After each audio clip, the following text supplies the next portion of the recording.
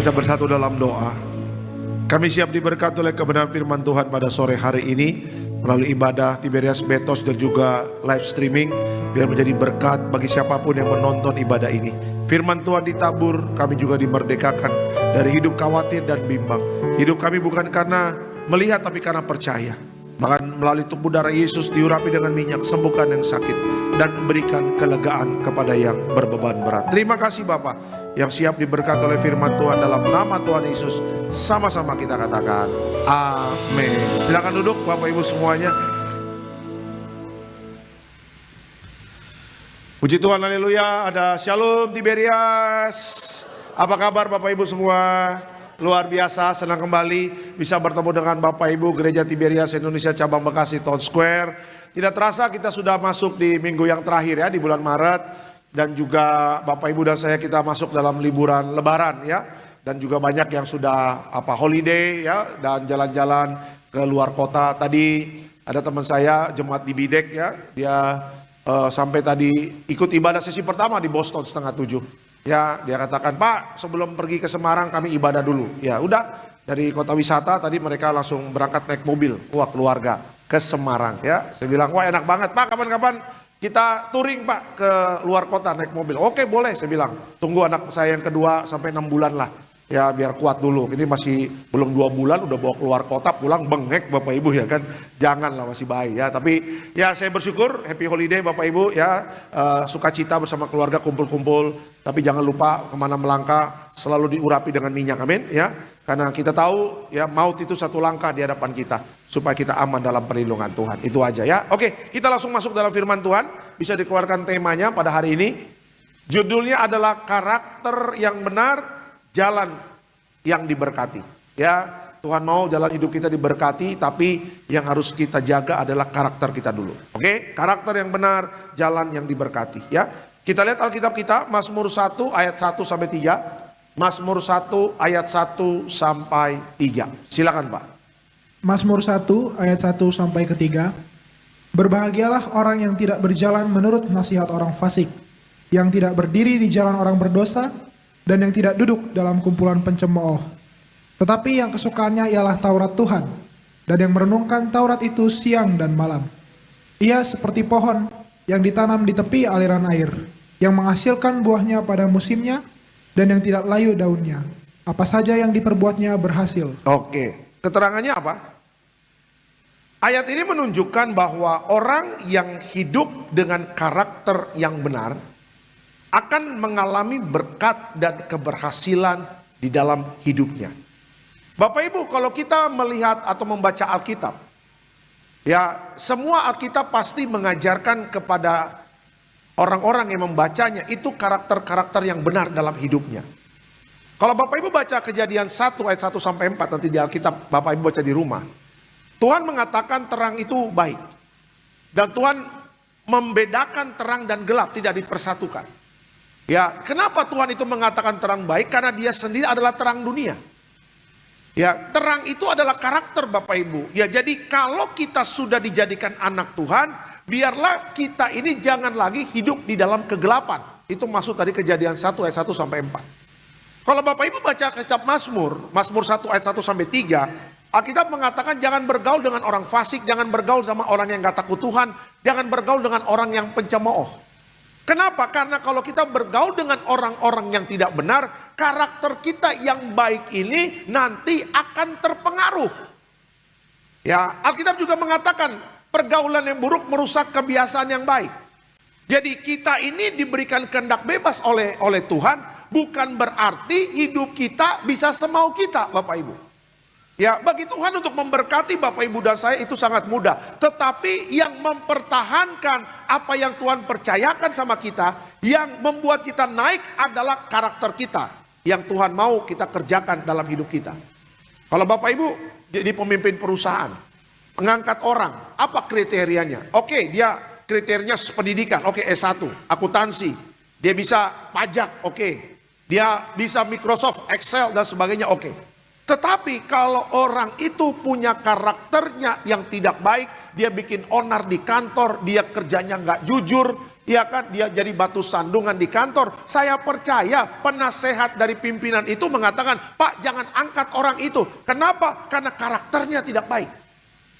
Tapi kalau Bapak Ibu punya karakter baik dan Tuhan mau mengangkat kita dan melalui pimpinan perusahaan diangkat naik, saya percaya ketika nama kita dimunculkan untuk dicalonkan, contoh aja jadi manajer keuangan, ya bos pasti tanya, ini nama ini dimunculkan bagaimana orangnya? Oh, orangnya baik, Pak. Ya, orangnya rajin, orangnya dia jujur, dia punya etos kerja yang baik, excellent, dan gak pernah telat, Pak, dan semua datanya ada. Pendidikannya bagaimana? Pendidikan bagus dan segala macam. Pendidikan bagus, tapi kalau karakternya gak baik, turun. Tapi walaupun mungkin kita ada kurang-kurang dikit lah. Tapi kalau kita punya karakter yang baik, bagi Tuhan merubah yang kurang dan memberikan yang baik berlebih dalam hidup kita sangat gampang. Tapi bagi Tuhan, ayo kita jaga karakter kita yang baik. Karena apa? Karena Tuhan mau memberkati kita di akhir zaman ini. Amin. Ya, coba Bapak Ibu lihat Yusuf. Ya, lihat Daud, orang-orang yang sederhana. Bapak Ibu lihat Abraham, Abraham juga nggak sempurna. Bapak Ibu lihat Yusuf nggak sempurna. Bapak Ibu lihat Daud nggak sempurna. Bapak Ibu lihat Daniel, Sadrak, Mesak, Abednego tidak sempurna. Tetapi kenapa mereka namanya masuk dalam pahlawan-pahlawan iman, saksi-saksi iman di Ibrani 11? Karena mereka punya karakter yang benar di hadapan Tuhan. Amin ya. Jadi bagi Tuhan untuk memberkati bisnis sangat mudah. Bagi Tuhan untuk memberkati usaha kita sangat mudah. Bagi Tuhan untuk angkat kita naik dapat jabatan itu sangat mudah. Tetapi yang Tuhan mau, apalah arti jabatan kalau karakter kita tidak baik. Saya jaga dulu karakter kita jaga benar hidup kita sesuai dengan kebenaran firman Tuhan. Saya percaya tepat pada waktunya Tuhan pasti memberkati dan mengangkat kita naik. Amin. Kasih tepuk tangan yang meriah untuk Tuhan Yesus. Makanya tadi saya katakan bisa dikeluarkan quote-nya tadi. Ayat ini menunjukkan bahwa orang yang hidup dengan karakter yang benar akan mengalami berkat dan keberhasilan di dalam hidupnya. Makanya kalau tadi Bapak Ibu baca di ayat yang ketiga, Mazmur 1 ayat 1 sampai 3, apa saja yang diperbuatnya Tuhan buat berhasil. Amin ya. Saya percaya semua rindu apa yang dikerjakan berhasil. Amin. Saya percaya semua rindu diangkat naik. Saya percaya dalam nama Tuhan Yesus ya hidup kita dipulihkan. Makanya biarlah hidup kita ya menghasilkan karakter-karakter yang benar. Yuk kita langsung dalam pertanyaan. Nah, belajar dari Alkitab, apakah karakter kita sudah berkenan di hadapan Tuhan? Ya, belajar dari Alkitab, apakah karakter kita sudah berkenan di hadapan Tuhan? Jadi, karakter yang bagaimana yang berkenan di hadapan Tuhan? Yang pertama adalah kerendahan hati. Kenapa Tuhan suka dengan orang yang rendah hati? Karena kerendahan hati membuka pintu berkat. Oke, kerendahan hati membuka pintu berkat. Kita lihat Alkitab kita. Amsal 22 ayatnya yang keempat. Silakan Pak. Amsal 22 ayatnya yang keempat.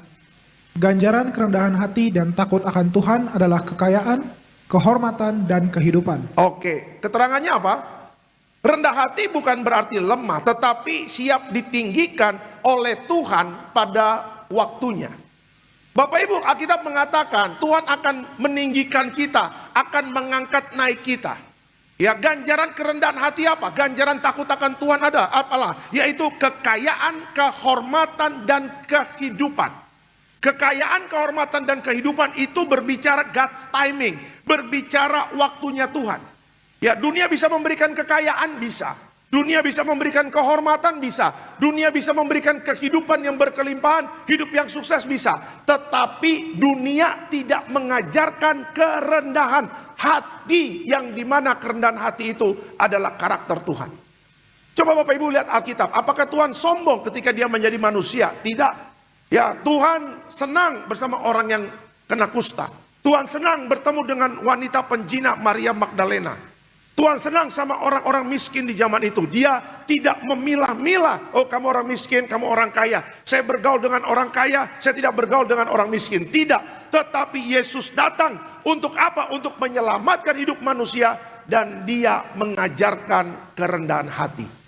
Kalau kita sudah diangkat naik Bapak Ibu, jangan kita menjadi sombong. Ya, kalau kita sudah mendapatkan kekayaan, kehormatan, dan kehidupan itu, jangan kita menjadi sombong.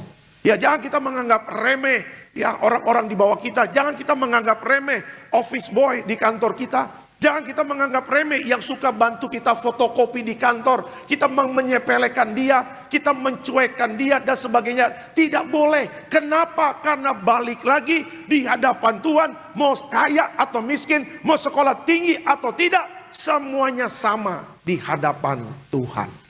Ya, kalau mau melihat karakter orang sombong atau tidak, kasih aja dia jabatan. Kasih aja dia jabatan tinggi, kasih dia gaji besar, kasih aja dia fasilitas. Nah, disitulah karakternya akan terbentuk, apakah dia sombong atau tidak. Bapak Ibu lihat banyak orang-orang dalam dunia ini yang sombong, Bapak Ibu. Ya, tadi saya baca ada satu data namanya John Lennon, Bapak Ibu. Ya, John Lennon adalah salah satu anggota dari grup Beatles ya, Beatles ya. Dan dia mengatakan Yesus kalah pamornya dengan Beatles. Ya, saya lebih terkenal daripada Yesus. Dan akhirnya Bapak Ibu tahu akhir dari hidupnya John Lennon ditembak sendiri oleh apa? Oleh fans klubnya. Ya kan? Bapak Ibu lihat ya presiden-presiden yang diktator, yang menyombongkan diri, yang mengatakan presiden seumur hidup. Lihat Gaddafi hancur, Saddam Hussein hancur. Ya kan? Marcos Filipin mengatakan dia presiden seumur hidup, hancur. Ya kan? Dan masih banyak contoh-contoh dalam dunia ini yang meninggikan dirinya tanpa Tuhan, yang diangkat tanpa Tuhan, yang diutamakan, akhirnya jatuh. Malaikat di sorga bernama Lucifer, dia ditendang oleh Tuhan. Kenapa? Karena dia sombong, karena dia ingin menyamai Tuhan, akhirnya ditendang dari kerajaan sorga. Orang sombong nggak ada tempat di hatinya Tuhan. Orang sombong tinggal tunggu waktu kejatuhannya. Orang sombong tidak akan pernah diangkat naik sama Tuhan. Ya, walaupun dia pintar, walaupun dia cerdas, walaupun dia punya segalanya, tapi Tuhan akan mempermalukan orang sombong dengan orang-orang yang lemah di hadapan dunia. Tapi kalau Tuhan angkat dia, tidak ada yang bisa menurunkan orang-orang seperti itu. Amin. Kasih tepuk tangan yang meriah untuk Tuhan Yesus. Ya, jadi kalau kita sebagai manusia, kita sudah diberkati, kita sudah diangkat naik sama Tuhan, dapat fasilitas semuanya, apa yang mau disombongkan? Ya, kita manusia ini bagaikan uap, kata Alkitab. Ya, hari ini kita bisa naik mobil mewah, hari ini kita bisa dapat fasilitas, mobil kita mewah, besok mobil jenazah, nggak ada yang tahu Bapak Ibu. Iya kan, hari ini kita bisa bergelimangkan harta, tapi siapa tahu, ya besok-besok ada namanya goncangan, gempa bumi dan segala macamnya. Kemarin Thailand, kota Bangkok mengalami gempa bumi. Myanmar gempa bumi. Kalau Bapak Ibu lihat di TikTok, Bapak Ibu, ada satu bangunan yang sangat tinggi di Bangkok. Lagi dibangun, ya satu bangunan yang sangat tinggi. Mungkin dibangun untuk hotel, kantoran dan sebagainya. Seperti Twin Tower di Amerika. Sekali digoncangkan sama Tuhan, itu bangunan langsung hancur, sehancur-hancurnya. Bapak Ibu boleh cek di TikTok. Ya kan, Thailand Bapak Ibu, satu negara yang salah satu negara yang mengizinkan pernikahan sesama jenis di negeri itu, di kota Bangkok. Ya kan, artinya apa? Ada banyak orang mengecewakan di akhir zaman ini, yang tidak mau rendah hati, yang tidak mau taat, yang tidak mau setia. Donald Trump ketika dia diangkat naik sama Tuhan jadi presiden yang kedua, dia katakan, ya saya dielu-elukan, katanya Donald Trump adalah orang yang terkenal. Tapi Donald Trump mengatakan, no, saya bukan orang yang terkenal. Yang terkenal itu adalah Yesus Kristus. Amerika masih butuh bantuan Tuhan. Amerika tidak bisa berbuat apa-apa tanpa Tuhan. Makanya Tuhan pilih Presiden Donald Trump. Untuk apa? Untuk meluruskan apa yang sudah diselewengkan oleh Amerika. Pernikahan sesama jenis, undang-undang aborsi. Semuanya menyatakan kesombongan di negara Amerika. Ya kan? Makanya kalau Bapak Ibu ingat waktu Presiden Donald Trump dilantik, Donald Trump mengatakan apa? Hanya 2 gender di Amerika, yaitu laki-laki dan perempuan. Yang dimana presidennya sebelumnya itu mensahkan ada gender-gender yang lain. Ya, hanya kesombonganlah yang membuat hancur negara. Kesombongan yang membuat jatuh pemerintahan. Kesombonganlah yang membuat jatuh seseorang. Tapi kalau orang rendah hati, walaupun dia tidak punya apa-apa, jangan takut. Allah kita adalah Allah yang kaya, Allah yang luar biasa, bisa mencukupkan apa yang kita butuhkan. Bagi Tuhan memberkati kita semudah membalikan tangan. Tetapi karakter rendah hatilah, itulah yang membuka pintu berkat bagi Bapak, Ibu, dan saya. Kasih kemuliaan yang luar biasa untuk Tuhan Yesus. Amin ya. Makanya tadi saya katakan, bisa dikeluarkan lagi quote-nya. Rendah hati bukan berarti lemah, tetapi siap ditinggikan oleh Tuhan pada waktunya. Kesombongan membuat dia dijatuhkan pada waktunya.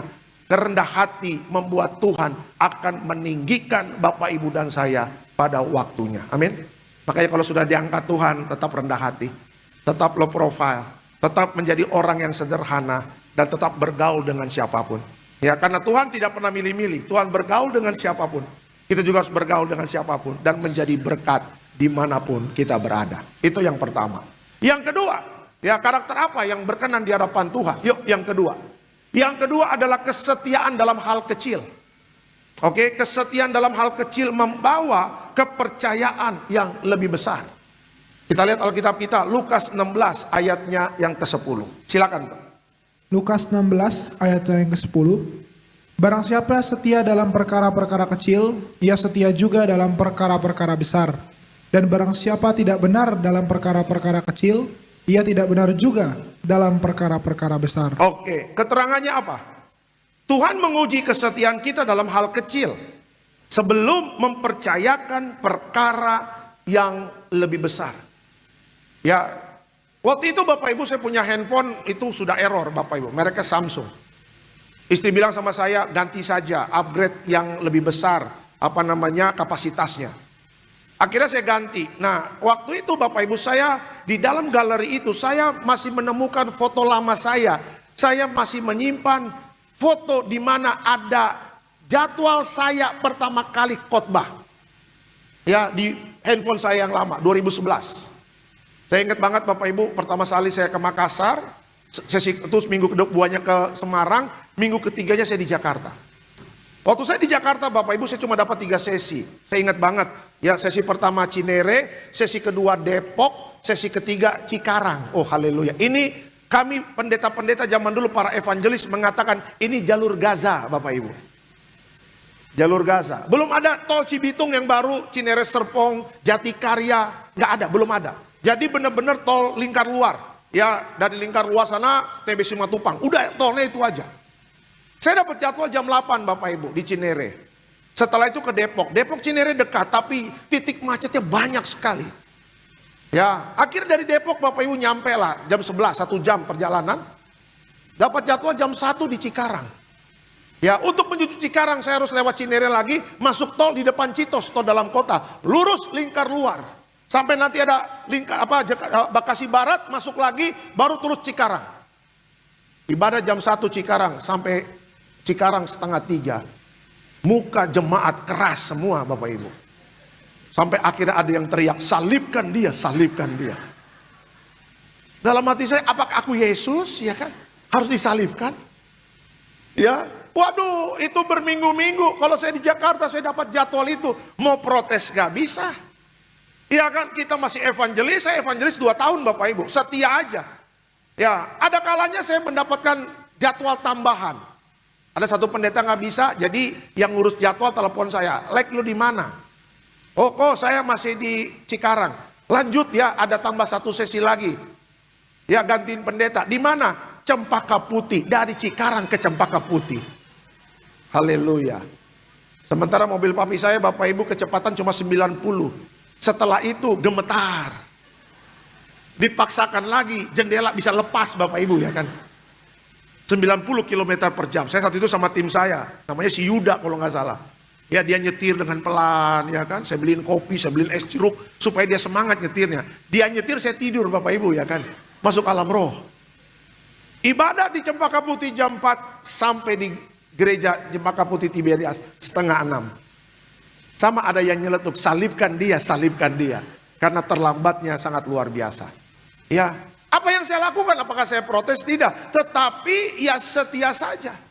Iya kan, itu adalah suatu perjalanan menjadi hamba Tuhan. Hamba Tuhan tidak mengejar kenyamanan. Tetapi sebagai hamba Tuhan, kita siap diproses dimanapun kita berada.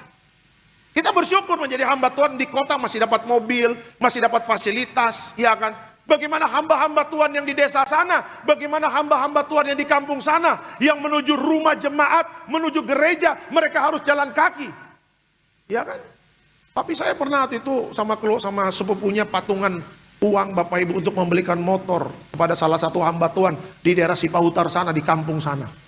Karena apa? Karena pendetanya menuju ke rumah jemaat jalan kaki, berkilo-kilo, pulang juga jalan kaki berkilo-kilo. Akhirnya patungan-patungan, kalau nggak salah mereka beliin motor, dan akhirnya motor itulah yang digunakan untuk apa? Kunjungan ke rumah jemaat, ya, diakonia di dalam pelayanannya.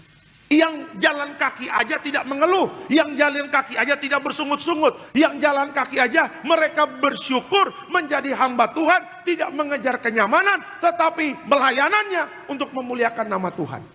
Ya, artinya apa? Setia dalam perkara yang kecil, akhirnya mendapatkan berkat, dan mungkin dia nggak tahu siapa yang memberkati, tiba-tiba ada yang kasih motor.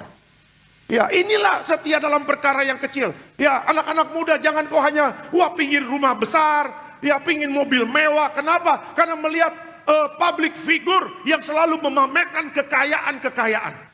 Ya, selalu si anak muda ketika kau lulus sekolah, engkau kuliah, engkau setia dalam perkara yang kecil dan bisa menerima ketika diproses Tuhan, walaupun diproses Tuhan itu tidak gampang. Ya, saya lagi banyak mendoakan anak-anak muda yang cari pekerjaan. Pak, susah banget ya cari pekerjaan. Ya setia aja. Tetap berjuang, tetap bikin CV, tetap mencari yang terbaik. Perusahaan saya percaya, ya kan ada waktunya ketika Tuhan meninggikan, kamu pasti Tuhan percaya. Ya, untuk apa? Untuk kerja di satu perusahaan yang memang Tuhan sudah siapkan. Bapak-bapak ketika lagi bekerja, jangan takut. Setia dalam perkara yang kecil, ya. Anak-anak muda setia dalam perkara yang kecil, ibu-ibu setia dalam perkara yang kecil. Saya nggak langsung tiba-tiba dapat jadwal 8 Bapak Ibu. Ya, Tuhan proses evangelis 2 tahun. Ya, jadwal dari mulai 3, 4, lama 5, lama lagi 6, dipercaya sama gembala sidang 7. Saya ingat banget yang ke-8 itu, saya habis pelayanan di daerah Serpong. Saya ingat jam 10 saya ada di Bidek, lanjut lagi jam 2 Citra Garden. Jadi ada jedah yang kosong. Tiba-tiba lagi dalam perjalanan pulang ke Cibubur, ada pelayanan jemaat ya, habis ngurapin. Ibu gembala telepon saya, "Shalom Alek, lagi di mana?" "Saya lagi di jalan, Bu." "Ya Alek, kalau dari Bidek jam 10 langsung kemana?" "Ya langsung ke Citra Garden, Bu, jam 2. Biasanya karena jedahnya agak panjang, saya sama tim biasanya makan siang, cari restoran atau tempat makan. "Bisa jam 12 di Karawaci?" "Wah, bisa Bu, kita siap aja." Akhirnya Tuhan tambahkan lagi. Ya kan, jam 10 Bidek, jam 12 Karawaci, jam 2 Metro Sunter. Akhirnya Tuhan percayakan jam 4 di Betos. Dari Betos Sarbini, dari Sarbini ke Gading Nias. Pulang hari Senin Bapak Ibu. Pulang ya hari Senin. Makanya saya selalu bilang sama istri saya, ini istri saya lagi nonton nih sambil gendong anak saya yang kedua. Saya selalu bilang, "Mami, see you tomorrow." Ya, karena pulangnya hari Senin, Bapak Ibu, see you tomorrow. Ya, kadang kalau saya lihat YouTube saya yang lama, mungkin jemaat nggak tahu, mungkin saya lagi batuk. Ya, mungkin kita lagi nggak enak badan, mungkin lagi capek, mungkin lagi lelah. Tapi puji Tuhannya mimbar ini memberikan kekuatan bagi saya, bagi para hamba-hamba Tuhan. Ya, yang tahu benar kalau lagi capek ya tim. Ya kan, karena apa? Sambil di mobil saya bilang sama tim, "Saya tidur dulu ya." Udah, saya langsung tidur di mobil. Dan tim melihat mungkin, wah abang lagi capek nih, atau lagi lelah, atau mungkin lagi nggak enak badan. Pernah lagi menggigil, pernah lagi batuk pilek, pernah lagi panas, tapi kita khotbah. Ya, Tuhan tidak izinkan banyak kenyamanan lama-lama. Kadang Tuhan goncangkan supaya apa? Kami sebagai hamba Tuhan tetap setia dalam perkara-perkara yang Tuhan percayakan. Ya, setia dalam perkara yang kecil. Karena kita nggak tahu kapan perkara besar itu Tuhan kasih. Tapi tepat pada waktunya, Tuhan tidak pernah lupa mengangkat kita naik dan memberikan perkara-perkara yang besar. Amin. Kasih tepuk tangan yang meriah untuk Tuhan Yesus. Ya, jadi itulah yang Tuhan ajarkan kepada kita. Makanya quote yang kedua, Tuhan menguji kesetiaan kita di dalam hal yang kecil sebelum mempercayakan perkara yang lebih besar. Ya, apapun yang Tuhan percayakan jangan mengeluh. Ya, apapun yang Tuhan percayakan jangan bersungut-sungut, walaupun itu kecil.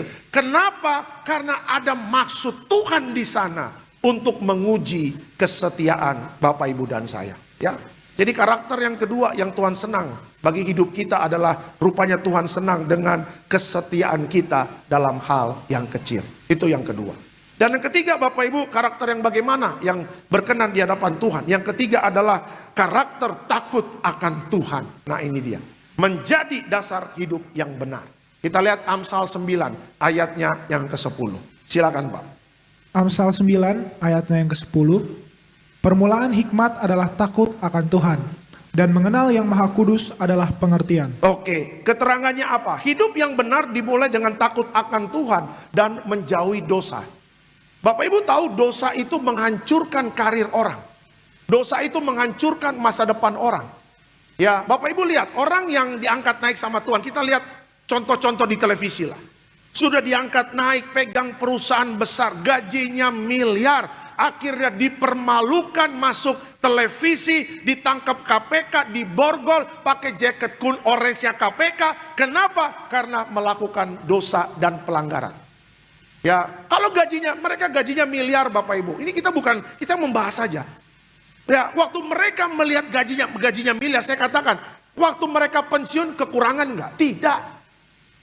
Ya kan, asal mereka mencukupkan dengan apa yang ada. Saya percaya anak mantu cucunya tidak akan pernah kekurangan. Dia sudah punya tabungan, punya fasilitas, mungkin dia punya investasi. Tapi kenapa melakukan dosa? Karena apa? Karena hidupnya tidak takut akan Tuhan.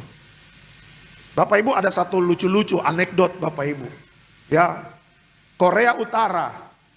Kenapa gak ada yang berani korupsi di sana? Karena mereka takut pada Kim Jong-un. Tuh lihat. Di Cina Bapak Ibu, kenapa orang takut-takut koruptor? Karena sekali orang korupsi, hukum mati di Cina. Indonesia, kenapa banyak orang melakukan kesalahan? Karena tidak ada yang ditakuti. Tuhan juga nggak ditakuti Bapak Ibu. Ya kan? Itu anekdotnya yang banyak ada terjadi di media sosial. Sebagai orang Kristen kita tidak seperti itu. Kita takut, kita menjauhi dosa bukan karena satu pressure, bukan karena satu tekanan. Kenapa? Karena kita menghormati Tuhan. Ya kan, karena kita menghargai Tuhan. Karena apa? Karena Yesus sudah mati buat Bapak Ibu dan saya. Sebagai ucapan syukur kita, ya kita jaga hidup benar dong. Ya, kalau kita diangkat naik sama Tuhan, dipercaya sebagai punya tanggung jawab di kantor, ya jaga baik tanggung jawab itu. Apalagi yang megang-megang anggaran. Jangan coba-coba ngutak-ngutik anggaran untuk ambil uang masuk ke kantong kita. Bapak Reaji selalu mengatakan kita tolak Yudas. Di kantor kita tolak Yudas. Di gereja kita tolak Yudas. Kenapa? Gembala sidang tidak pernah henti-hentinya berdoa waktu mendiang masih hidup. Kenapa? Karena mendiang mengajarkan kepada Bapak Ibu dan saya untuk hidup takut akan Tuhan. Ya, apa rugi, apa untungnya kita punya dunia? Kita punya mobil mewah, kita punya rumah mewah, ya kan, kita punya investasi banyak, tetapi dengan cara yang tidak benar yang kita dapatkan. Balik lagi minggu kemarin, hati nurani kita tidak bisa dibohongin, pasti akan menjerit. Mobil yang lo beli uangnya bukan uang yang benar. Cukupkan dengan apa yang ada dan hiduplah takut akan Tuhan. Ya, kalau orang hidup takut akan Tuhan, dia tidak pernah takut tentang masa depan. Orang yang hidup takut akan Tuhan tidak akan pernah meminta-minta roti. Anak cucu orang benar tidak akan pernah meminta-minta roti. Orang yang hidup benar tidak akan pernah meminta-minta roti. Justru di masa sukar, pintu-pintu mujizat Tuhan buka untuk orang yang hidup takut akan Tuhan. Amin. Beri kemuliaan untuk Tuhan Yesus. Ya, makanya bapak-bapak yang lagi bisnis, Pak, jauhi dosa. Setia sama istri, Pak. Ya, jangan ada perselingkuhan, jangan ada perzinahan, jangan ada percabulan. Kalau engkau menyentuh hal itu, tunggu waktu bisnismu akan terjun bebas hancur. Ya kan? Ibu-ibu jaga kekudusan karena engkau dipakai Tuhan untuk menjadi tiang doa di dalam rumah tanggamu. Ya, anak-anak muda banyak yang merindukan, Pak, saya ingin punya masa depan. Saya ingin di masa depan saya diberkati, saya ingin sekolah tinggi, saya ingin kerja di perusahaan besar. Hidup takutlah akan Tuhan dari sejak muda. Ya, bagi dunia mungkin cari kesempatan susah, tapi bagi anak Tuhan, kesempatan demi kesempatan Tuhan akan buka bagi orang-orang yang takut akan Tuhan. Ada haleluya Tiberias, amin ya. Ya, jadi takut akan Tuhan, amin. Takut akan Tuhan bukan karena paksaan, tapi takut akan Tuhan karena kita menyadari Tuhan sudah mati dan berkorban bagi kita. Sebagai ucapan syukur kita menjauhi dosa. Ya saya percaya, ya di akhir zaman banyak mengatakan Indonesia gelap. Tapi bagi kita Indonesia tidak gelap. Bagi kita Indonesia akan mendapatkan berkat Tuhan yang luar biasa. Kalau kita anak-anak Tuhan setia hidup benar. Ya, anak-anak muda mungkin banyak yang mau ke luar negeri. Ya, minggu kemarin saya di Gading Nias ada mendoakan anak muda. Pak, saya mau ke Australia, Pak. Saya mau cari pekerjaan. Ya udah, setiap orang punya putusan masing-masing. Tapi saya katakan, selama hidup benar, kau nggak usah ke luar negeri. Hari ini juga Indonesia, Tuhan bisa buka pintu berkat, mujizat bagi orang-orang yang hidup takut akan Tuhan. Amin. Ya, nggak usah, Indonesia ada berkatnya kok. Kalaupun kita ke luar negeri tapi hidup nggak takut akan Tuhan, ya pintu berkat tertutup juga. Ya kan, mau kita ke Amerika, mau kita ke Australia, mau kita ke Swiss, mau kita ke Jerman yang kasih kuliah kerja gratis di sana. Mau kita ke Swiss, tapi dimanapun engkau melangkah, hidup takut akan Tuhan tidak menyertai hidupmu, Tuhan juga ada di luar negeri, Pak. Ya, Tuhan juga akan menutup berkatmu kalau kita tidak hidup takut akan Tuhan.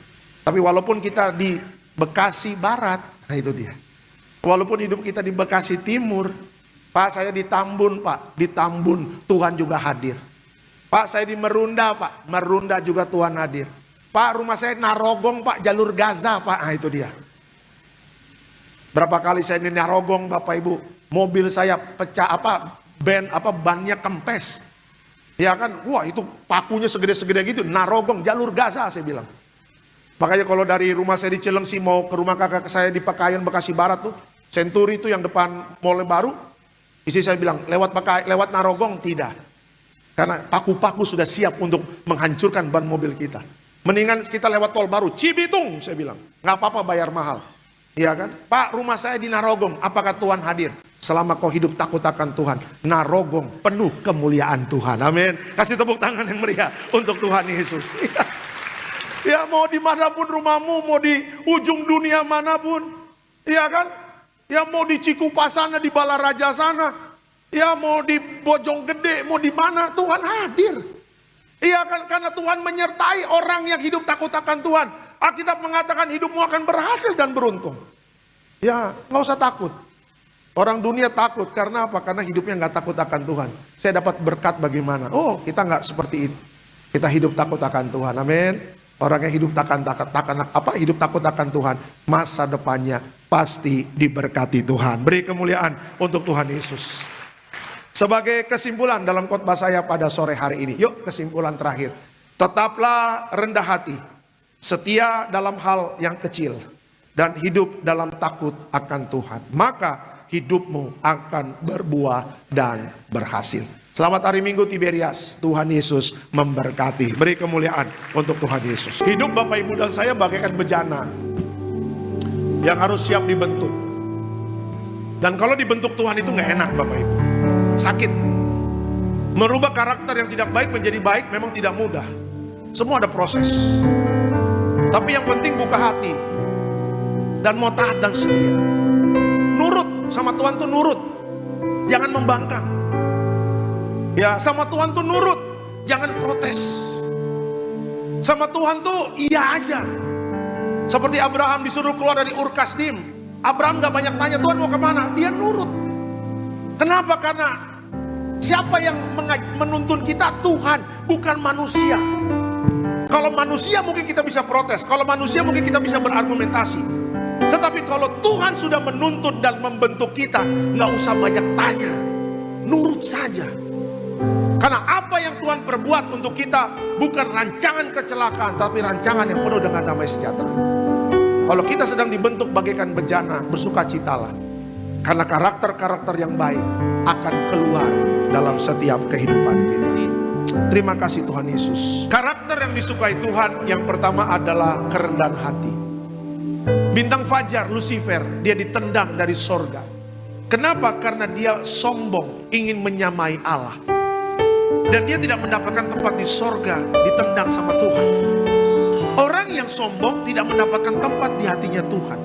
Karena kesombongan itu adalah awal kejatuhan. Tetapi kerendahan hati ganjarannya apa? Kekayaan, kehormatan, dan kehidupan. Tinggal tunggu waktunya Tuhan, kau akan diangkat naik. Tetap setialah di dalam kerendahan hati itu. Yang kedua, setia dalam perkara yang kecil. Dipercayakan yang kecil, lakukan yang terbaik. Jangan bersungut-sungut, kenapa Tuhan saya kok memulai dalam hal yang kecil? Karena Tuhan mencintai proses. Tuhan tidak mengizinkan ada hal yang instan dalam hidup kita. Proses mendatangkan kebaikan, proses mendatangkan kedewasaan dalam hidup kita, proses membuat iman yang tangguh sebagai kita orang Kristen. Setialah dalam perkara yang kecil, dan tepat pada waktunya Tuhan angkat naik kita mendapatkan perkara yang besar. Yang ketiga, hiduplah takut akan Tuhan. Jauhi dosa.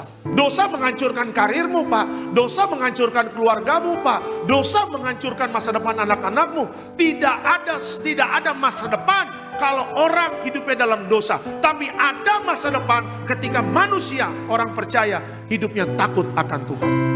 Jangan dianggap remeh. Dosa kecil, orang orang nggak tahu, tapi mata Tuhan melihat. Setia, ya, menjadi orang yang hidup takut akan Tuhan. Jagalah kekudusan. Ya, jaga rumah tangga, jaga pekerjaan, jaga usaha kita, jaga bisnis kita, jaga apa yang Tuhan percayakan. Dengan apa? Dengan hidup takut akan Tuhan. Ketika orang menyepelekan kita, tidak masalah. Karena orang fasik tinggal tunggu waktunya akan dihancurkan oleh Tuhan. Tapi orang-orang yang takut akan Tuhan akan melihat masa depannya diberkati Tuhan. Dan sama-sama kita akan masuk di dalam sakramen perjamuan kudus. Kita akan menyatu dengan tubuh dan darah Kristus pada sore malam hari ini. Saudara boleh siapkan roti dan anggur, bersama-sama kita naikkan pujian. Tubuhmu dan darahmu Tuhan Yesus Kristus. Tubuhmu dan darahmu tercurah bagi kami, menyucikan. Katakan menyembuhkan setiap kami, sempurnakan hidup kami. Tubuhmu dan darahmu, tubuhmu dan darahmu. Mari sama-sama kita bagi berdiri saudara. Kita masuk di dalam sakramen perjamuan kudus. Kita akan menyatukan tubuh dan darah Kristus di sore hari ini. Haleluya. Menyembuhkan, sempurnakan hidup kami. Haleluya. Kita akan perjamuan kudus. Dipastikan roti dan anggur sudah dipersiapkan. Kita angkat rotinya dulu. Dengan iman percaya, sama-sama kita katakan, dalam nama Tuhan Yesus, inilah roti yang turun dari sorga, inilah tubuh Yesus Kristus yang tertikam tertombak di atas kayu salib pertama. Dengan tubuh Yesus kami dimateraikan jadi warga sorga. Dengan tubuh Yesus dibangkitkan pada hari kiamat. Dengan tubuh Yesus kami menolak terkapar di meja operasi, menolak terkapar di rumah sakit, menolak terkapar di ruang ICU. Kami juga menolak penyakit sampar, di mana kami melangkah dijaga malaikat sorga. Dalam nama Tuhan Yesus, inilah roti yang turun dari sorga, inilah tubuh Tuhan Yesus. Kita makan tubuh Yesus.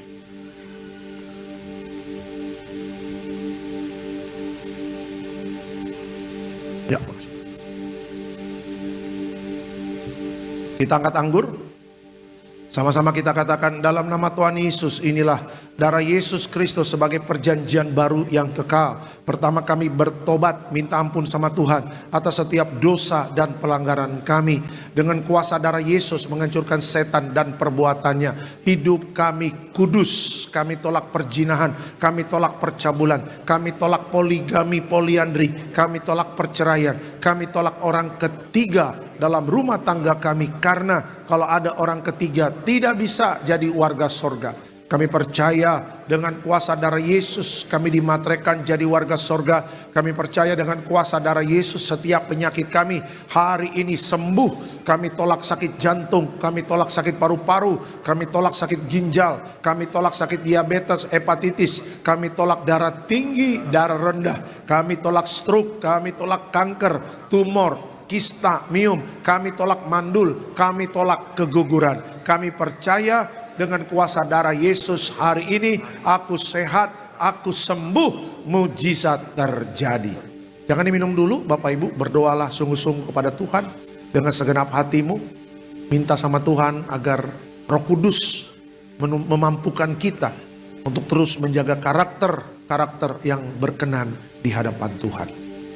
Haleluya.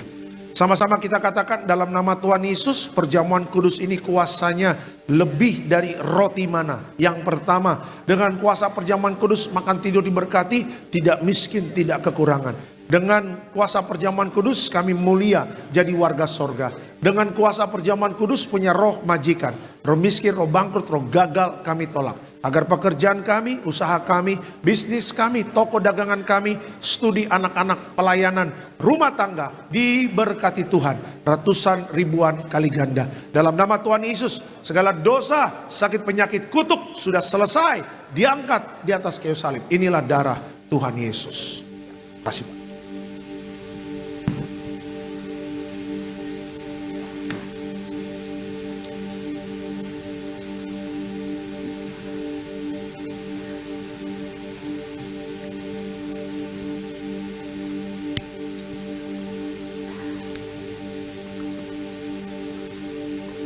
Minyak urapan memuliakan Allah dan manusia. Minyak urapan hancurkan setan, sembuhkan orang sakit. Setiap tetes minyak urapan memuliakan Allah dan manusia. Dalam nama Tuhan Yesus. Haleluya.